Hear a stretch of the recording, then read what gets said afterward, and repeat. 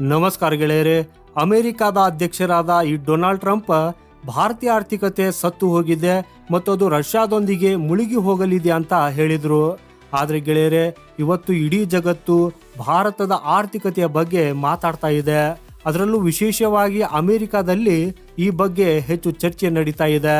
ಹಾಗೂ ಇದಕ್ಕೆ ಕಾರಣ ಭಾರತದ ಇತ್ತೀಚಿನ GDP ಅಂಕಿಅಂಶಗಳು ಎಲ್ಲರನ್ನ ಬೆರಗುಗೊಳಿಸಿರೋದು. ಭಾರತವು ಈಗ ವಿಶ್ವದ ಅತ್ಯಂತ ವೇಗವಾಗಿ ಬೆಳೆಯುತ್ತಿರುವ ಆರ್ಥಿಕತೆಯಾಗಿದ್ದು, ಅದರ ಬೆಳವಣಿಗೆಯ ವೇಗ ಎಷ್ಟಿದೆ ಅಂದರೆ 1 ವರ್ಷದ ಹಿಂದೆ ಭಾರತೀಯ ಮತ್ತು ಅಮೆರಿಕದ ಕ್ರೆಡಿಟ್ ರೇಟಿಂಗ್ ಸಂಸ್ಥೆಗಳು ಮತ್ತು ಭಾರತದ ರಿಸರ್ವ್ ಬ್ಯಾಂಕ್ RBI ಸೇರಿದಂತೆ ಈ ಎಲ್ಲರೂ ಊಹಿಸಿದ್ದನ್ನು ಮೀರಿ ಬೆಳೆದಿದೆ.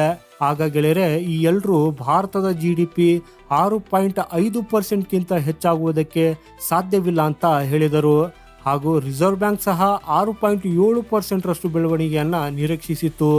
ಆದರೆ ಈಗ ಬಿಡುಗಡೆಯಾಗಿರುವ ಈ ಅಂಕಿಅಂಶಗಳು ಎಲ್ಲರ ಅಂದಾಜನ್ನ ಸುಳ್ಳು ಮಾಡಿವೆ. ಈಗ ಭಾರತದ ಆರ್ಥಿಕತೆಯು 7.8% ವೇಗದಲ್ಲಿ ಬೆಳೀತಾ ಇದ್ದು, ಈ ಬೆಳವಣಿಗೆಯ ವೇಗ ನಿಜಕ್ಕೂ ಪ್ರಭಾವಶಾಲಿಯಾಗಿದೆ. ಯಾಕಂದ್ರೆ ಇಲ್ಲಿ ಅಮೆರಿಕ, ಚೀನಾ, ಜರ್ಮನಿ ಮತ್ತು ಇಡೀ ಯುರೋಪ್ನ ಆರ್ಥಿಕತೆಗಳು ಕೇವಲ 1.5% ಬೆಳೆಯುವುದಕ್ಕಾಗಿ ಹೆಣಗಾಡುತ್ತಿರುವಾಗ ಭಾರತವು ಸುಮಾರು 8% ವೇಗದಲ್ಲಿ ಮುನ್ನುಗ್ಗುತ್ತಿದೆ. ಹಾಗೇನೆ ಇಲ್ಲಿ ಕೆಲವರು ಚೀನಾದ ಆರ್ಥಿಕತೆ 3-4% ಬೆಳೀತಾ ಇದೆ ಮತ್ತು ಅವರ ಆರ್ಥಿಕತೆ 20 ಟ್ರಿಲಿಯನ್ ಆಗಿರುವುದರಿಂದ ಅವರಿಗೆ ಹೆಚ್ಚು ಲಾಭ ಅಂತ ಹೇಳಬಹುದು. ಆದರೆ ಗೆಳೆಯರೆ, ಇಂಡಿಪೆಂಡೆಂಟ್ ಎಕನಾಮಿಸ್ಟ್ ಅವರ ಅಂದಾಜಿನ ಪ್ರಕಾರ ಚೀನಾ ನೀಡುವ ಈ ಅಂಕಿಅಂಶಗಳು ನಂಬುವುದಕ್ಕೆ ಅರ್ಹವಲ್ಲ. ಆಕ್ಚುಲಿ ಅವರ ಆರ್ಥಿಕತೆ ಕಳೆದ ಕೆಲವು ಕ್ವಾರ್ಟರ್ಗಳಿಂದ ನಿರಂತರವಾಗಿ ಕುಸಿಯುತ್ತಿದೆ. ಹಾಗಾಗಿ ಭಾರತದ 8% ಬೆಳವಣಿಗೆ ಇಲ್ಲಿ ನಿಜಕ್ಕೂ ಮಹತ್ವದಾಗಿದೆ. ನಿಮ್ಮ ಮಾಹಿತಿಗಾಗಿ ಹೇಳೋದಾದ್ರೆ, ಕಳೆದ ವರ್ಷ ಇದೇ ಅವಧಿಯಲ್ಲಿ ನಾವು 6.5% ಬೆಳವಣಿಗೆಯನ್ನ ಸಾಧಿಸಿದ್ದೆವು. ಈ ವರ್ಷದ ಈ ಅಂಕಿಅಂಶಗಳು ಕಳೆದ ವರ್ಷದ ನಿರೀಕ್ಷೆಗಳನ್ನ ಮೀರಿವೆ. ಹಾಗೂ ಇದು ಅಮೆರಿಕದ ಸುಂಕಗಳು ಮತ್ತು ಆರ್ಥಿಕ ನಿರ್ಬಂಧಗಳ ನಡುವೆಯೂ ಕೂಡ ಸಾಧಿಸಿರುವ ವಿಜಯ. ಗೆಳೆಯರೆ, ಇಲ್ಲಿ ಭಾರತದ ರಫ್ತುದಾರರಿಗೆ ಅಮೆರಿಕದ ಈ ನೀತಿಗಳು ಮೊದಲೇ ಗೊತ್ತಾಗಿದ್ದರಿಂದ ಅವರು ಪರ್ಯಾಯ ಮಾರುಕಟ್ಟೆಗಳನ್ನು ಹುಡುಕಲು ಆರಂಭಿಸಿದ್ರು. ಮೇ ಮತ್ತು ಜೂನ್ನಿಂದಲೇ ಇದರ ಪರಿಣಾಮಗಳು ಕಾಣಿಸಿದ್ದರೂ ಕೂಡ ನಮ್ಮ ಆರ್ಥಿಕತೆ ಉತ್ತಮ ಬೆಳವಣಿಗೆಯನ್ನ ದಾಖಲಿಸಿದೆ. ಗೆಳೆಯರೆ, ಪ್ರಸ್ತುತ ಭಾರತದ ಈ ವೇಗದ ಬೆಳವಣಿಗೆ ಕೇವಲ ಆರಂಭವಷ್ಟೇ ಅಂತ ಹೇಳಲಾಗ್ತಾ ಇದೆ. ಯಾಕಂದ್ರೆ ಇತ್ತೀಚೆಗೆ ಬ್ರಿಟನ್ ಜೊತೆಗಿನ ಉಚಿತ ವ್ಯಾಪಾರ ಒಪ್ಪಂದ ಅಂದ್ರೆ ಫ್ರೀ ಟ್ರೇಡ್ ಅಗ್ರಿಮೆಂಟ್ ಜಾರಿಗೆ ಬಂದಿದ್ದು, ಇದರಿಂದ ಬ್ರಿಟನ್ ಜೊತೆ ನಮ್ಮ ವ್ಯಾಪಾರ ಇನ್ನಷ್ಟು ಹೆಚ್ಚಾಗಲಿದೆ. ಇದರ ಜೊತೆಗೆ ಯುರೋಪಿಯನ್ ಯೂನಿಯನ್ನ 28 ದೇಶಗಳೊಂದಿಗೆ ಉಚಿತ ವ್ಯಾಪಾರ ಒಪ್ಪಂದಕ್ಕೆ ಮಾತುಕತೆಗಳು ಮುಂದುವರಿದ ಹಂತದಲ್ಲಿವೆ.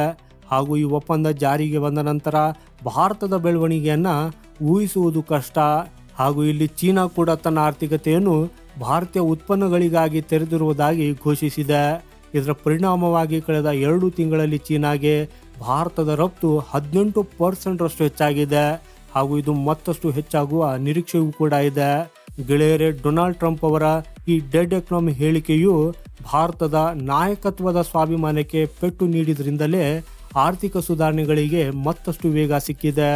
ಭಾರತವು ಈಗ ದೇಶೀಯ ಬಳಕೆಯನ್ನು ಹೆಚ್ಚಿಸುವುದಕ್ಕಾಗಿ GST ಅಂತ ಸುಧಾರಣೆಗಳನ್ನ ಮಾಡ್ತಾ ಇದೆ. ಹಾಗಾಗಿ ನಾವು ಇದರಿಂದ ರಫ್ತುಗಳ ಮೇಲೆ ಹೆಚ್ಚು ಅವಲಂಬಿತರಾಗಬೇಕಾಗಿಲ್ಲ. ಹಾಗೂ ಮುಂದಿನ 12 ತಿಂಗಳಲ್ಲಿ ಸರ್ಕಾರವು ಅನೇಕ ದೊಡ್ಡ ಆರ್ಥಿಕ ಸುಧಾರಣೆಗಳನ್ನು ಕೂಡ ಜಾರಿಗೆ ತರುವುದಕ್ಕಾಗಿ ಯೋಜಿಸುತ್ತಿದೆ. ಹಾಗೂ ಈ ಸುಧಾರಣೆಗಳು ಉದ್ಯೋಗಾವಕಾಶಗಳನ್ನು ಹೆಚ್ಚಿಸಬೇಕು ಮತ್ತು ಹೆಚ್ಚಿನ ಆದಾಯದ ಉದ್ಯೋಗಗಳನ್ನು ಕೂಡ ಸೃಷ್ಟಿಸಬೇಕು. ಗೆಳೆಯರೇ, ಇಲ್ಲಿ ನಮ್ಮ ಜನಸಂಖ್ಯೆ ದೊಡ್ಡದಾಗಿರುವುದರಿಂದ ಪ್ರತಿ ವ್ಯಕ್ತಿಯ ಸರಾಸರಿ ಆದಾಯವನ್ನು ಹೆಚ್ಚಿಸುವುದು ಕಷ್ಟ.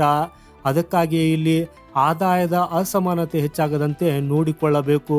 ಅಂದ್ರೆ ಕೆಲವರು ಶ್ರೀಮಂತರಾಗುವಾಗ ಉಳಿದವರು ಬಡತನದಲ್ಲಿ ಉಳಿಯಬಾರದು. ಚೀನಾದಂತೆ ಭಾರತವು ಕೂಡ GDP ಪರ್ ಕ್ಯಾಪಿಟಾವನ್ನು ಹೆಚ್ಚಿಸುವತ್ತ ಗಮನ ಹರಿಸಬೇಕು. ಹಾಗೂ ಎಲ್ಲ ವಿಷಯಗಳನ್ನು ಗಮನದಲ್ಲಿಟ್ಟುಕೊಂಡು ಆರ್ಥಿಕ ಸುಧಾರಣೆಗಳನ್ನು ತರಬೇಕಿದೆ.